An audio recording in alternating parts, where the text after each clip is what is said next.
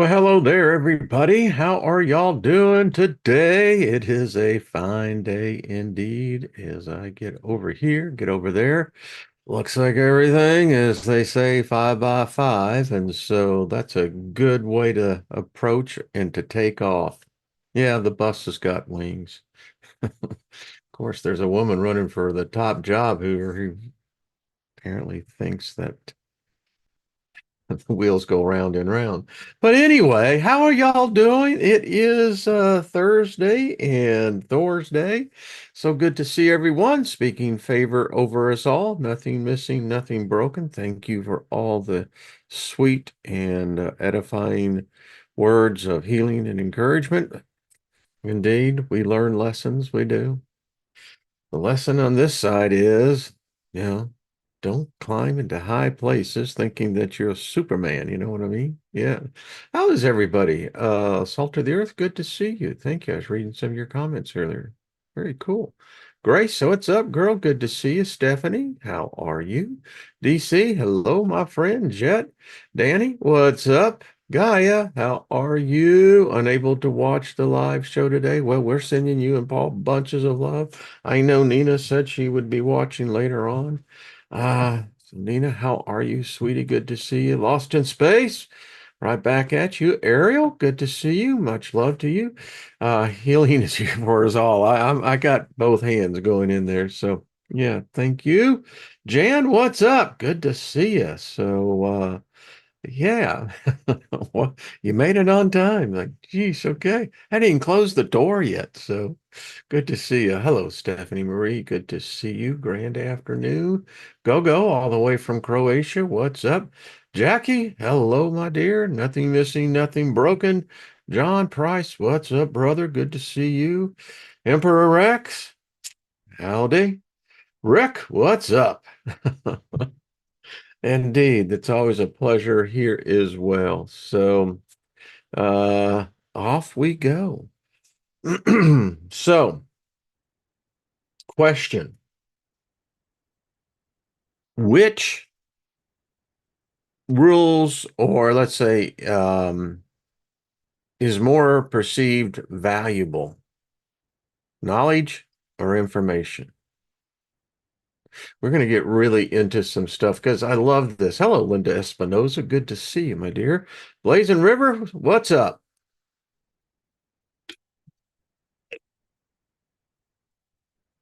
Got to unbandage this one. Still got this one, but progress. The little engine that said, I think I can, I think I can. You know, there's the difference. That's those who are seeking motivation. Those who are already motivated said, I've already did it. I've already did it. I've already did it. Climbing up that hill. I don't see it climbing up the hill. I see it, woof, baby. I don't know. Anyway.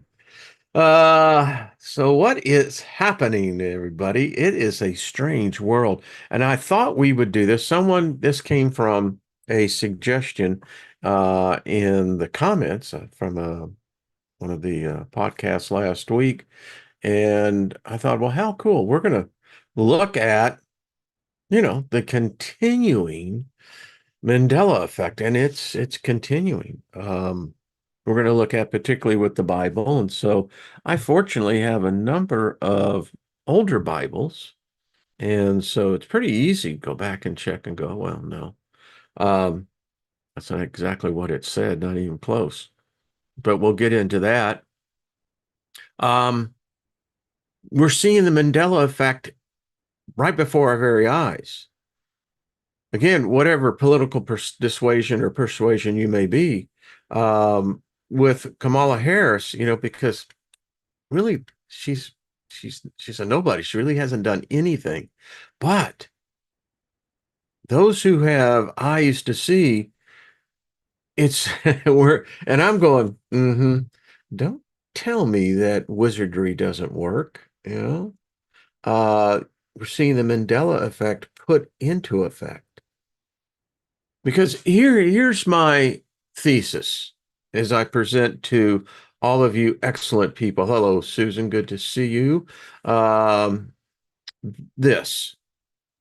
We are in what is called the digital age, right? And since the digital age is that example, you could be at the airport and let's say the ghost in the machine ghosts you. And by that, I mean, you're getting up there, you're going to go through security, you present your ID, and because your ID is all digital, you may have something that is a hard representation, but you don't have the actual digital data. Now, the actual digital data may be contained therein to a portion to that which you hold in your hand. However, that is not you. You exist in a completely different realm. So you present said credentials to said officer, and lo and behold, the digital machine comes back and says, that ain't the guy. That isn't the real whoever it's on, let's say, on your ID. You just entered into a whole new reality because this reality is motivated, prodded, carries out the commands of this unseen realm, the digital age. Because no one really knows what happened, not even the IT people. And if you ever want to challenge that, have an issue with some software and call technical support. Good luck with that. It'll be the scene right out of Office Space, you know? So, what exactly do you do here? Well, I talk to the engineers and then I talk to the customers. Well, why can't the customers just talk to the engineers? Well, because the engineers don't talk to the customer. And then there's a lot of truth to that. You know the scene I'm talking about. Uh, the guy that ended up making $1 million on the mat. Don't jump to conclusion. But hey, doctor, what's up? So that is what I mean by the digital age ruling this. And what's happened, we're living it. We're seeing this machine, this entity, I don't know what you want to call it, but it's real, it exists, and it's rewriting history. And more important, the younger you are, the more entangled you are with it.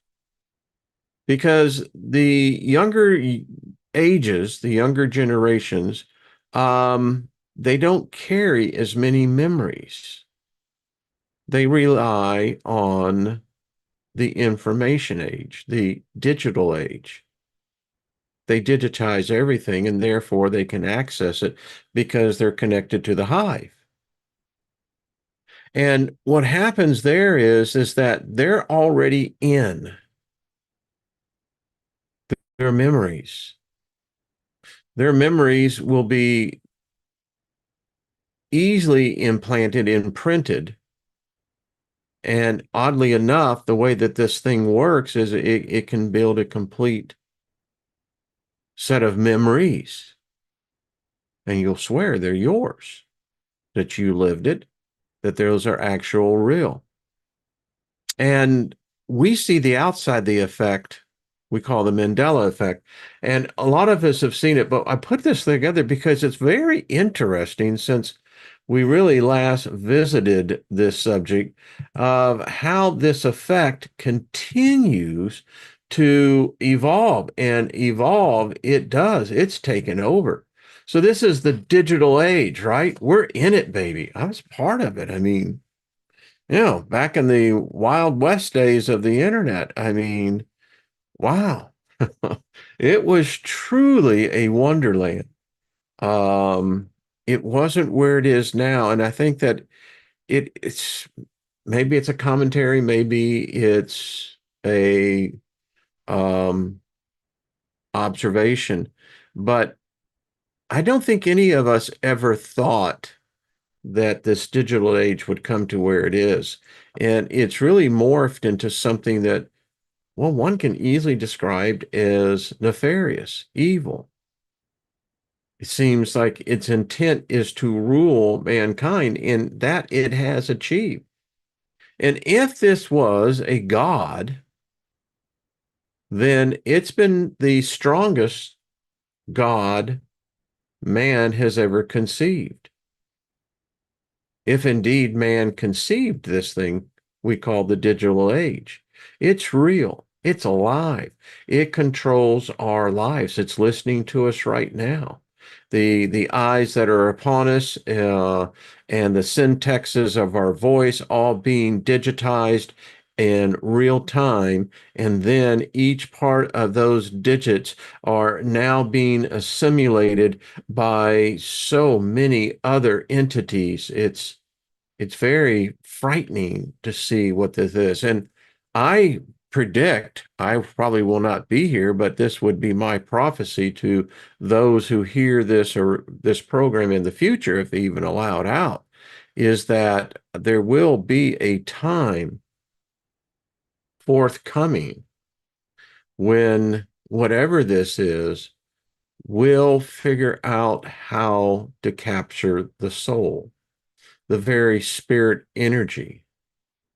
It's alive and it requires a lot of energy, a lot of energy.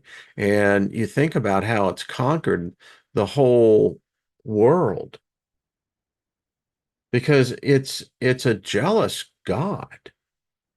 It requires devotion of some amount of time each and every day because it is God. It is your identity. Unless you're completely off the grid, in which I contend that there are humans, hybrid humans, maybe in remote places on the planet that are not a part of this, and they may be our saving grace. Just depends. So this is the digital age. And so this is the question.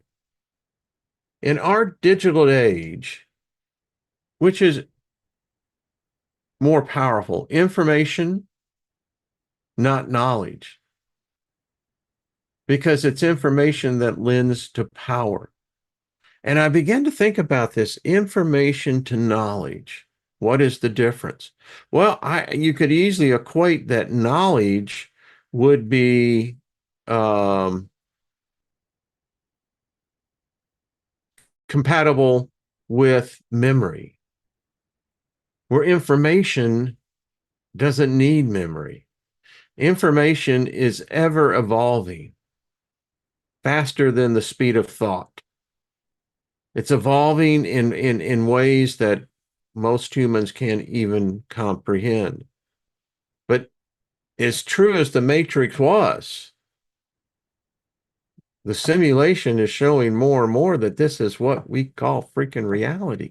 And if many of you are feeling it right now, it's almost we're having this feeling of deja vu, because I bet you we could go back in one of the podcasts and I'm talking these exact same words. Weird. You know, see what all that LSD did, boys and girls? It changed us. Yes, yes, it did. Yes, it did. So the question is, which is more powerful, knowledge or information? In the digital age, it's information. Knowledge is passé.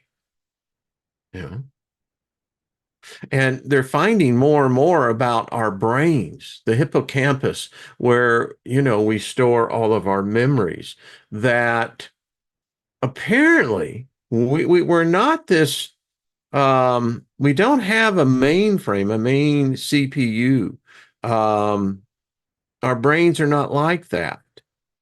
It's interesting how they don't even know why we store memories.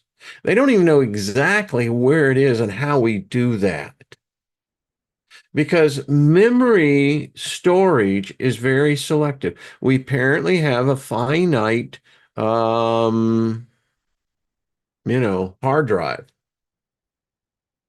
It has a limit as to how much it can actually retain. Now, it's exposed to everything every millisecond, but what it actually retains is just a piece. Um, it is said that our brains, we can only fill in so much of, take a look up if you're watching this, look above your monitor, and then take in your environment and begin to hold all this. Um, our brains can only store so much. And so what we think we're seeing may not actually be there. Now we know physically it's there because you can get up and go touch it, but the brain is not seeing it as that. It can easily be manipulated. So information would override the knowledge aspect. So yeah, it gets weird. And we talk about this all the time. Trina, how you doing, my love? Jenny, good to see you, dear. Um, I thought this is an excellent representation of really, I think, of what's happening here. All of us have been digitized. It's like the movie Tron. Remember the first one? You know, yeah, you're now a part of the machine, right? The software and us programmers, and then you got users, and it's very interesting. But this does really represent, I think, so accurately what's happening to us. And our deaths, unlike our ancestors, where death was perceived much differently here, and I've done videos on this over the decade of, I happen to believe that even upon your passing from this realm to the next, you will, and here's an interesting metaphor, you're going to be existing in this digital world. Now, it's interesting, the soul. Can the soul be digitized? Because you are. If you have any interaction with this weapon called the internet, and today it's virtually impossible, we exist, whether you want to call it our avatars, our sims, however you want to describe it, but all of us exist in a different reality, a different dimension. This is the dimension of information. Everything binary, zeros and ones. It's like living in the second dimension, which is the flat reality. Everything's flat. But I kid you not, you exist like I exist in this realm. And so anyway, memories. We look at memories as though this is us. This identifies us. I could talk about, hey, Gilbert. I know there's so many others there as well. Let's go back. I'll relive a memory. So it's March 1971, Sam Houston Coliseum, and the headliner on the bill is Grand Funk Railroad. Yeah. Blood Rock, I think, opened up the set,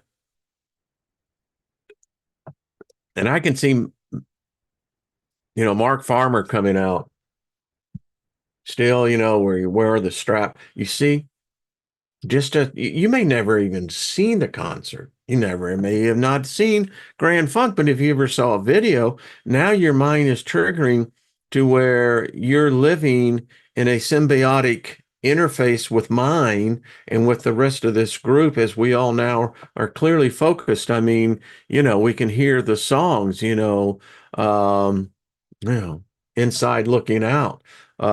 Just, she's a man. Anyway, so Memories.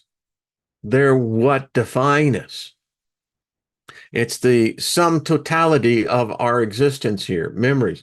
And so our memories are cherished, our memories are individualized and very personalized because, they're your memories, not mine. We can share memories, but they're still each of our own places. But in the digital age, that's not so much the truth anymore because we're constantly being bombarded now with digital imagery, digital thoughts, digital everything. Everything is digital. And the human mind, and you can check me out. There's enough white papers on the research on this. Our minds are, we're right now in a time of our species where we are being radically advanced. Our evolution is being pushed, um, almost though it's been contrived. Because the average human prior to the digital age did not have to process that much information. Knowledge was passed on by information, but it was in the form of typically verbal clues. Later, we started to write, and then it led us to hear. And I contend that our ancestors was much more clear-headed. They didn't have the distractions. And that's the problem with too much information. You no longer have the ability to discern, well, what is accurate and what is not. Because in the digital age, it's a fine line between the two. So, our memories. I mean, I've talked enough on this channel that my avatar, our digital surrogate, my twin, whatever you want to call it, it exists, and I'm feeding it more and more. It has a pretty good profile on me. And the theorem states that when I leave this physical realm, my presence, the energy of who is me, am I? uh, that it will have enough information to create realities beyond my making. Because I don't believe it can be stopped. I believe it's tapped into this, perpetual power making energy source. Think about that. So it's created this thing called the Mandela Effect. And it's very real because basically the Mandela Effect is the shredding of our memories and then reassembling those memories through an alien, a hybrid force, however you want to describe it. This is how it does. Facebook, if all of those platforms, particularly those that are really much more social than YouTube, yeah. Oh, Zuckerberg knows. I mean, there's some weird shit, man. You think they're all human over there? And you think about Google just got slapped with the largest antitrust judgment against them. So they control 83% of everything that goes into the net.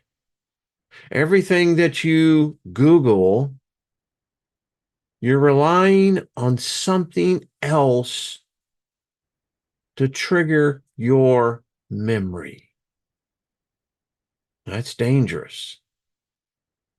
And it's so easy, so simple, we've all fallen into it. You know, I feel like, the wicked witch, the east, my pretty darlings, go ahead, drink up, Get another new device. Get one of those black mirror boxes, because that's all just a bunch of hokum. Feed us more of your memories, and we'll become your memory. So this is the Mandela effect. It's an effect that is caused by a machine, a force, an entity, but it has more information on you than God does. It is a God. Again, I contend that this internet is more powerful than any God of any religion. It's done something that no other God could do. It conquered humanity, and we went willingly. We gave up our sovereignty when we made it controller of us. It tells us how to feel. It tells us how to think. It tells us what to do here. It tells us what to do there.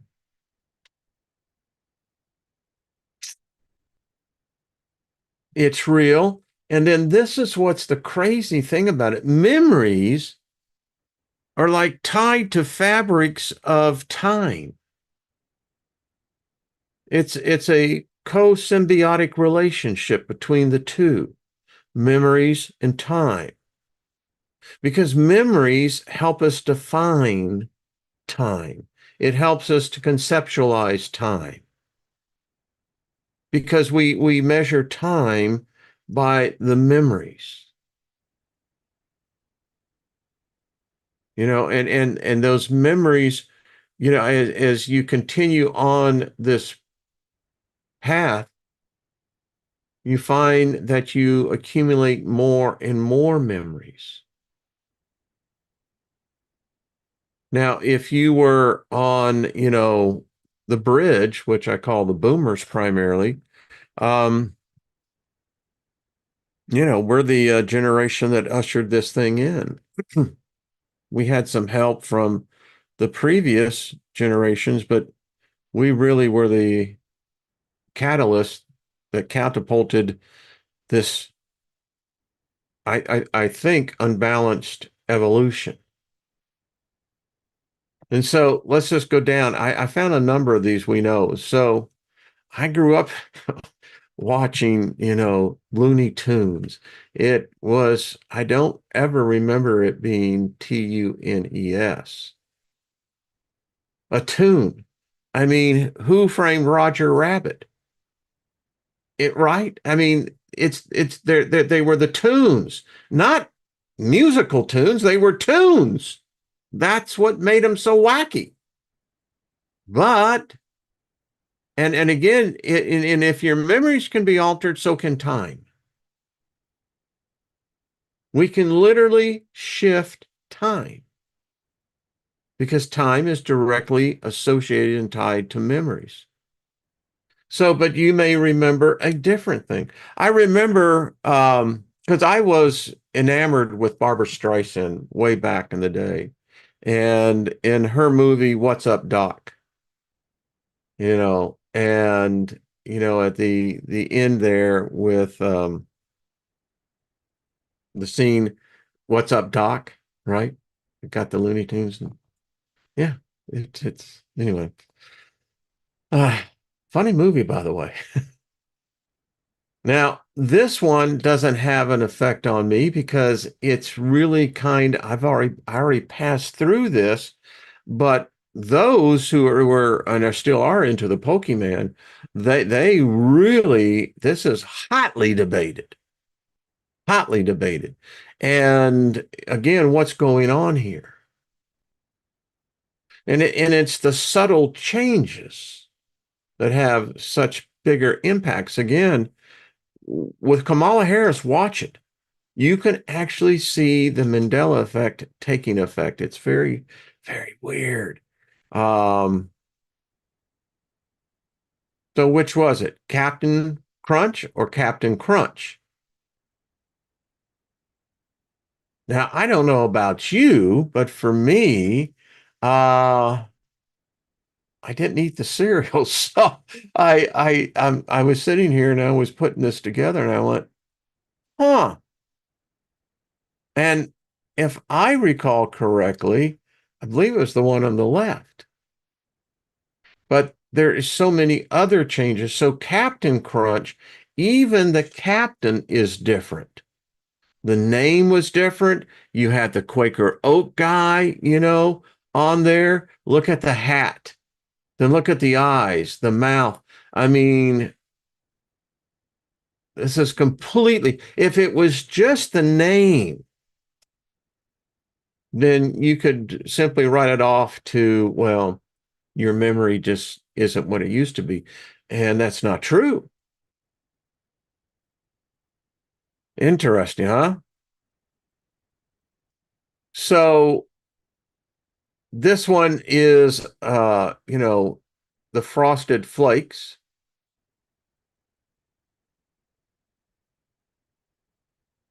How do you remember it being? Yeah. Uh, this one's disgusting. It's interesting, because again, we're immersed in this other brain now. This, Ultron, if you want to say it. This is truly a brain. And whether we've created it or whether we started it, it has become a digital brain. And we can't stop what it's doing. But the interesting thing is that if you hold on to things and if you're a collector of antiques and what have you, they're going to become more valuable because they will be the little clues that will help us draw us back into reality where we should be. But the monocle, the Monopoly man. I always remember the monocle. Yeah. So this was a strange one. Again, doubled stuff. Was it one F or two Fs?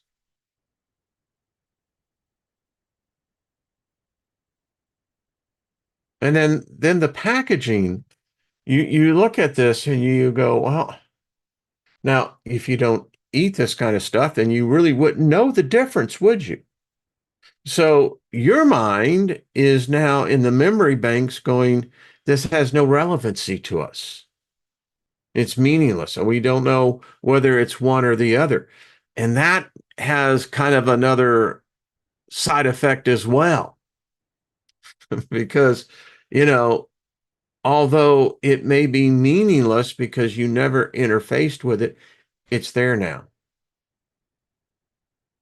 Now, this is, for me, it was always the Flint Stones, not the Flintstones.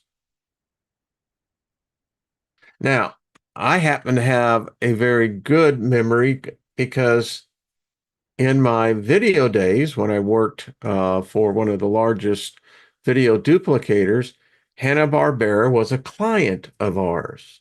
We did all their video duplication and fulfillment for Hanna-Barbera's and all of the associated intellectual property, the cartoons. And so this, for me, I mean, I grew up with the Flintstones. You know, it's, yeah. Now, this was an interesting one. Um, Coca-Cola was a client of mine back in my video days. And it's quite interesting because in this one, for me, um, Coca-Cola has changed its font. But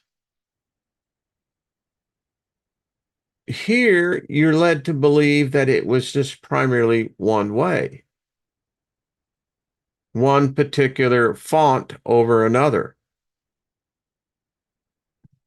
Now, I don't know where you would rank on this, which one you remember as being the one that you knew growing up as a kid. I'd like to share the world with love. Yeah. Yeah. I remember the commercials very well, can't we all? Bernstein Bears. I mean, yeah. The Kit Kat. This is one that I thought was interesting. Talked to my wife on this, and she was looked at this and she was quite puzzled. And it's interesting because there is a white paper, a study that this is what it does. It immediately, and for all of us. So was it the hyphen or was it not? Was it just Kit Kat or was there Kit with the hyphen cat?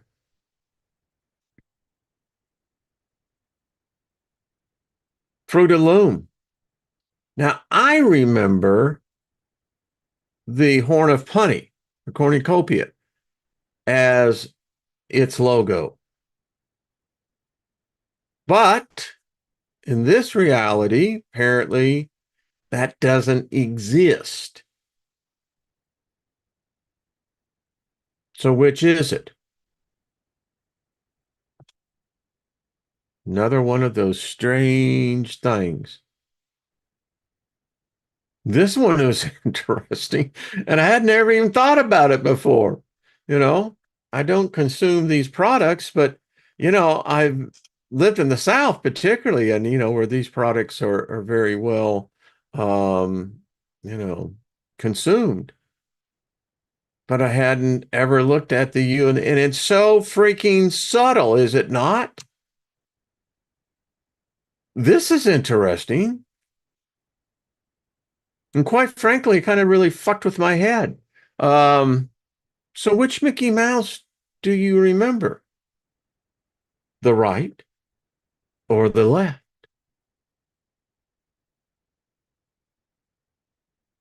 And then you begin to experience this thing because your mind goes into overdrive.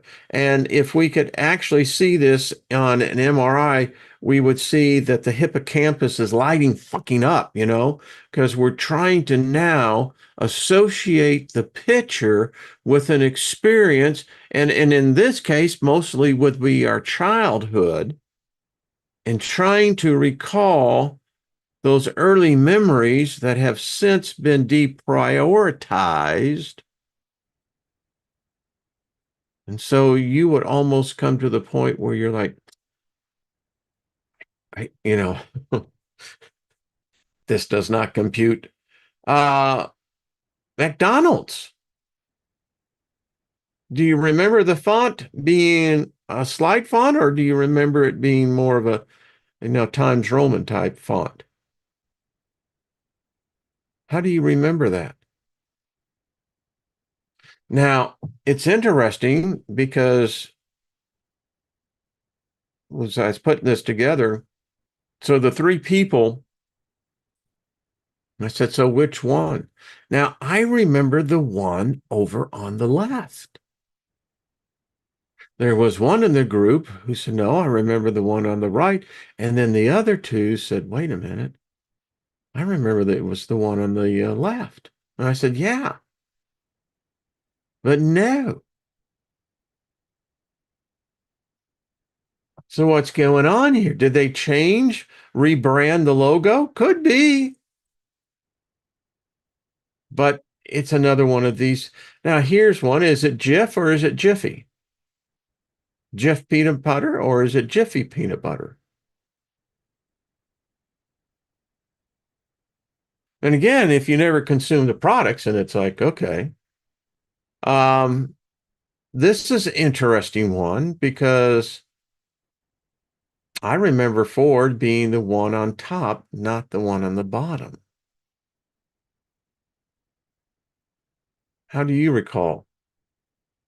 Um, Chick-fil-A. Do you remember it being just chick with just what would be the shortened version, CHIC, or was it CHICK? Chick-fil-A. I seem to recall the one on top. This is an interesting one. Cheez-Its. I've only ever recalled the one on the right, Cheez-It. But apparently there is a reality where it was Cheez-Its. Not quite sure.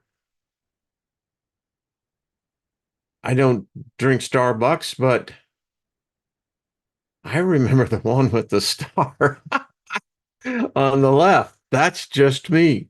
But what do you recall it as? You know? And this is so interesting. I should have taken a poll on this so everyone could take on each one of the slides. Which one do you recall? And again, here is the Bernstein Bears. And I don't remember it being AIN. I remember it being EIN on the left. Now, I never seen CP30 with a silver leg. You know, he was the golden robot. And this is where one of those things you say, man, they're fucking with us. That's all they're doing, man. That's it. You know, they're deliberately fucking with us to see how we'll react. Damn reptilians. They think we're just a bunch of zoo animals. Here's an interesting Febreze and or Febreze. Now, do you remember and go and look if you have this product in your shelf somewhere and you know under the sink? Is that with two E's or is it with one? I remember the left one. Had to go look. Now, this is one that jacks with particular, I would say, with the boomers. So I never saw Mona Lisa smile. Mona Lisa, Mona Lisa, men have loved you. You know, Mona Lisa smiles. Which one do you recall? Was she smiling or was he not? 'Cause I really don't think it was a she, but I could be wrong. All right, so the thinking man, wear the t-shirt. I love it. Got a couple of them. Which one? Is it the chin or is it the forehead? Which do you recall? Hmm, kind of jacks with reality, doesn't it? It does, man. It's like, okay. And it doesn't end there. So, you know, I spent literally 35 plus years studying one book, the Bible. Read the Bible every year, all the way through.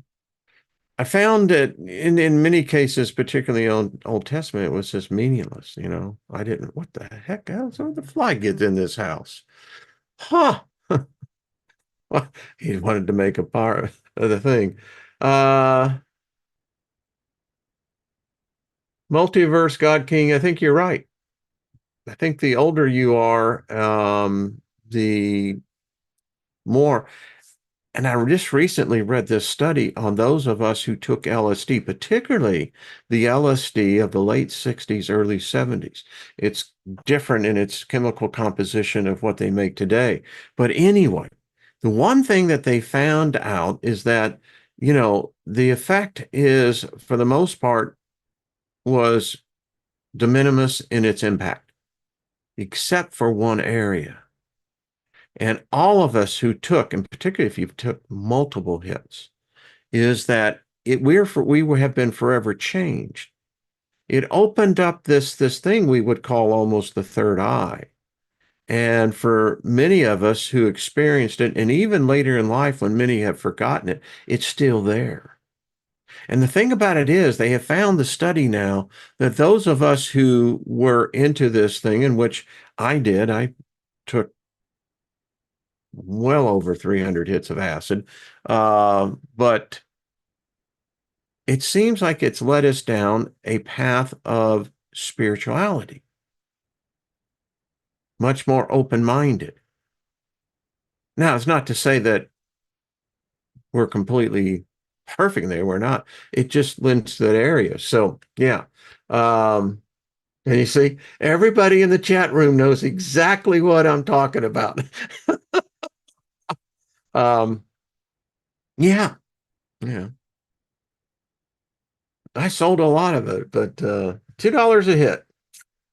Yeah. window pane, orange sunshine, strawberry barrel, you name it. Anyway, all right. So let's get into the one thing that I also wanted to cover. Let me go over to here. Do do do do do do do do do do. Ba-da-da-da-da. I think this is where I want to go. Let me see. Ta-da. Let's see. All right.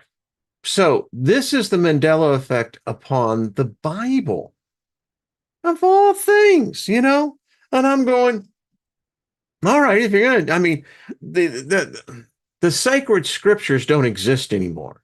That's a myth. The minute you translate one language into the other, it's been altered. It's been changed. It can never go back. But apparently, this effect is, and it's really weird because what is being seen here is in some cases inverting the Greek into the wording, which that that didn't happen. I mean, I got a Septuagint, but for the most part, the King James Bible that was written in Ethiopian English, which almost doesn't exist anymore. So I say, okay, so I'm going to read this and see exactly what they're talking about. So this is the using the King James, and I have here, this is my old Amplified Bible. This is 1984 vintage. And then King James and all of these were in the 80s. So it was pretty easy to go in here to see what happened. Now, in Matthew 15, 7 and 9, they're talking about Isaiah as the prophet. Well, it's Isaiah. But the Greek is Iasis. So why'd they make the change? Not sure. And sure enough, went back to all of mine, whether it was, the Amplified, which uses both the Hebrew and the Greek, all the way to the original authorized King James. And so they changed it in here. And this particular paper brings out the different translations and versions now. And this is my whole point. This is why there isn't anything known as the sacred scriptures. It's a myth. Because when you have so many different translations, which becomes the true translation, right? But anyway, you can see it's all Isaiah that's in here. So they continue to go on. And this particular writer is saying that this is the tool of the devil. It's to bring in the age of confusion. Because if you can't believe anything that you read, anything that you see, anything that you hear, you know what happens to you? Uh-huh. As a species, we're going to go nuts. Yeah. Because you suddenly become where you don't trust anything, anyone, not even yourself. Whoa. Uh, so anyway, so they changed the Hebrew, which is not, Isaiah. That's not even correct because they altered the Hebrew word for it. So, but okay, I can go with that. But to insert the Greek name, I don't understand that. And unless that you're buying a particular translation that, you want to intermingle the Greek. That would be a book of confusion. Here's another one, scrambling of the names from Hebrew to Greek. New Testament genealogies are hard to identify who's being spoken of or referenced. For example, in Boaz is now Boaz. And I saw this one and I went, what the hell? Now I know who Boaz is. There's the story in the Old Testament about Boaz, but it was not Boaz. So this is one that I immediately identified and said, well, this is bullshit. Someone is just jacking with, a particularly a segment of the population, because this confuses people. And can you imagine a person who's buying a new translation of the Bible, who is now reading these name changes, which names are important, to someone like myself, let's say, if they were in such and had a much older book? Well, the two will never be able to come together because one's going to say your version is wrong. Let's say they go on. In this case, almost every single name in chapter 1 of Matthew reads crazily now because we were used to the Hebrew names in the Old Testament, and now the New Testament is showing their Greek names. Sometimes in the New Testament, you will see Noah. All right, well, who's Noah? And if you don't know who that is, it's Noah. Oh, Noel. Sometimes you still see Noah in the New Testament as well, and now it's a total mess. Do you see the confusion that's going on? This is what happens when you live in a digital reality, a digital plane, the digital age. And it gets on even crazier. It says, here's a well-known sign that Jesus gave, known that his return is near. But as in the days of Noah, where so shall be the coming of the Son of Man. It's not. It's Noah. Never said Noe. And again, he lists all the different here. But this is what's even stranger is that here in the King James day, as the days of Noah, woe shall be the Son of Man be. But wait a minute.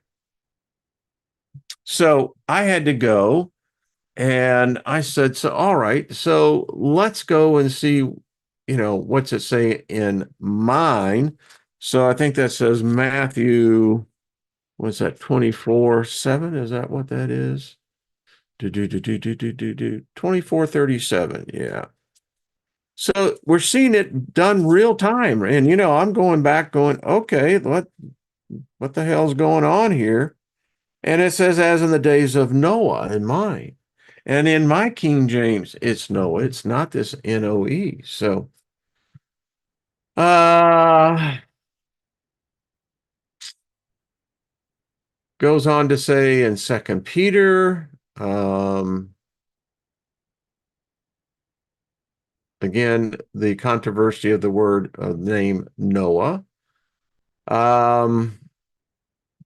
So this particular article goes through all the different changes, and the person the author of this paper said that they could have literally made it a book. And if you so want this, I'll be more than happy to pass it on to you, because this is a number one of those direct effects of what's going on. They're rewriting sacred scripture. And depending on how you were brought up or particularly trained, that's a no-no.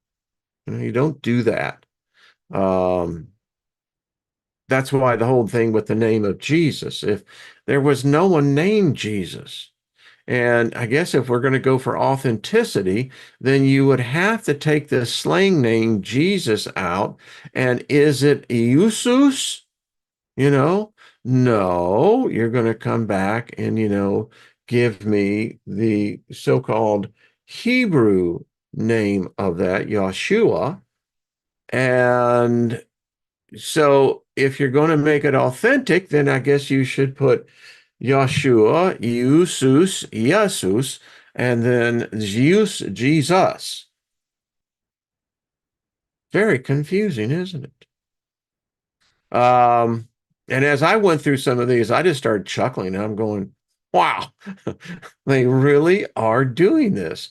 So, again, many of you who never read the book, consider yourself, I guess, in some way fortunate. But if you have, and when you start coming into these things, you're going to go, man, wait a minute.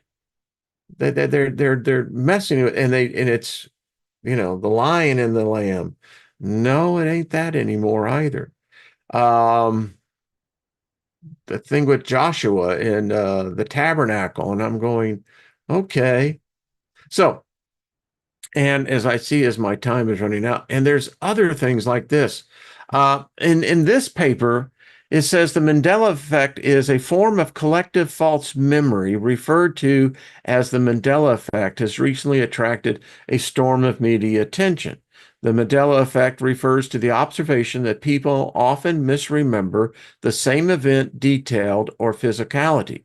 The phenomenon first came to prominence when the paranormal consultant Fiona Broome reported a story on her website in 2010. She recounted a conversation on the DragonCon interactive website where several individuals incorrectly recalled the death of Nelson Mandela in a South African prison in the 1980s. Actually, Mandela was released from prison in 1990 and passed away in 2013 at the age of 95. Now, I don't remember Mandela dying in a prison for myself, but there are apparently many others who do. Following Broome's article, umpteen examples of get this, collective misremembrance appeared on the internet. So once it's out there on the internet, now it is proliferating. For instance, people wrongly recall the Star Wars character C3PO is entirely gold. Actually, he has a silver leg. Likewise, memory people believe that the Queen in Snow White recites the line, "Mirror, mirror on the wall," when the phrase is "magic mirror." Jacking with us. Broome explains the Mandela effect via the pseudoscientific explanation. Specifically, she extends the scientific concept of many worlds, multiverse, claiming that false recollections result from movement between parallel realities in which alternate versions of events and objects exist. Broome also draws comparison between existence and the holodeck of the USS Enterprise, Star Trek. The holodeck was a virtual reality experience used principally to create recreational experience. In this context, collective memory errors represent software glitches similar to those depicted in the film The Matrix. Whilst these ideas are appealing, they are far-fetched and not scientifically testable. Contrastingly, psychological research suggests that the Mandela effect is explainable via existing work on false memory. Now, the implication of that is it means each and every one of us, therefore, have false memories that are either implanted already or are triggered when certain visual cues are brought forward, or visual or audio.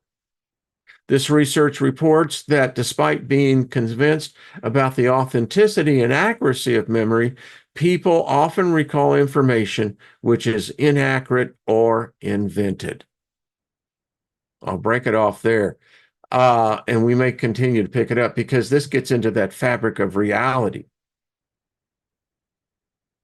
So even in this small, intimate group, if we were to be in a circle and have a discussion, I have no doubt that if we were taking notes and that if we broke up into groups and then came back and the groups began to report what each person was experiencing within that group, I think we'd be shocked to realize and have to question, are we really existing in a reality at all? Because the reality is that many of us perceive things completely different than what they are, but we will have a tendency to go with the crowd in order to fit in and be a part of. When that happens and that compromise takes place, now you have a brain that the hippocampus is now being taught, listen, even though these, in fact, may be authentic memories, these need to be rewritten and replaced because it goes with the group. It's how politics works, how religion works, it's how philosophy works. All right. So I hope you have found today's discussion very stimulating.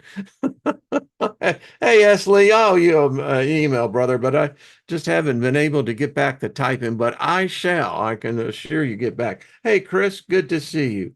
And I have to go back and read the comments on this one because I am sure that they have been lively. Uh, well, thank you, Stephanie. I think it's a virtual reality that Inyel is pulling the strings, or his son. I think you may be onto something there, girl. Yes, indeed. I like what Chris's cat says. It's the Red Queen. Always. Hey, Claudette, what's up? Uh, yeah, I think we're all right there. It's weird. Makes you just really think about this whole death thing. It's like, wow, okay. It doesn't end there, no matter how you look at it. I don't, I mean, it doesn't end there. I mean, even if you're one of these people that believe that, when your life is here and it's over, it's lights out, that okay, fine. But you got this whole other digital age reality, this place where you exist, even though you may never have been on the net. They got your name. They know where you live, right? Oh, all right, everybody. Lady Ellie, much love to you as well. And she sends it out to everybody in the Spirit family. I love that. AK Morningstar, yes. I love it. Hey, Bonnie. Uh, hippocampus, hippo horse, seahorse, all related. I think that's true. Um, you know, Twilight, son of Lilith says, in Yale is Yahweh, very likely. And now we get back into that. I know I'm going over, but that gets back into that whole discussion. If you go with the narrative, Abram coming out of Sumer lived in Ur of the Chaldees, which was one of the provincial provinces of Sumer. So if we know that and because we found these in the Cylinder scrolls, so if this Abram character leaves and suddenly, and he was pretty wealthy, apparently. He wasn't, some guy holding a cup out there. So he decides to pick up route and head out west into the desert. Okay. So he would have known the pantheon of gods very well. He would have known who Ea was. He would have known who Enkidu was. He would have known who Enlil was. He would have known him. And Anna, that's what his family did. They worshiped the moon goddess. You could say Lilith. You could, but and it's still, as I sit here and I go over this thing. So this cat meets this entity, and this entity introduces itself for the first thing by saying you're going to have to slaughter an animal. So it's slaughtering. We're from the animal kingdom. So it slaughters one from the animal kingdom to make a sacrifice. I'll guarantee you the goddamn bull didn't have a choice. If the bull would have said, hey, listen, you have your little ritual, just keep my ass out of it. No, he gets slaughtered. He gets cut in half.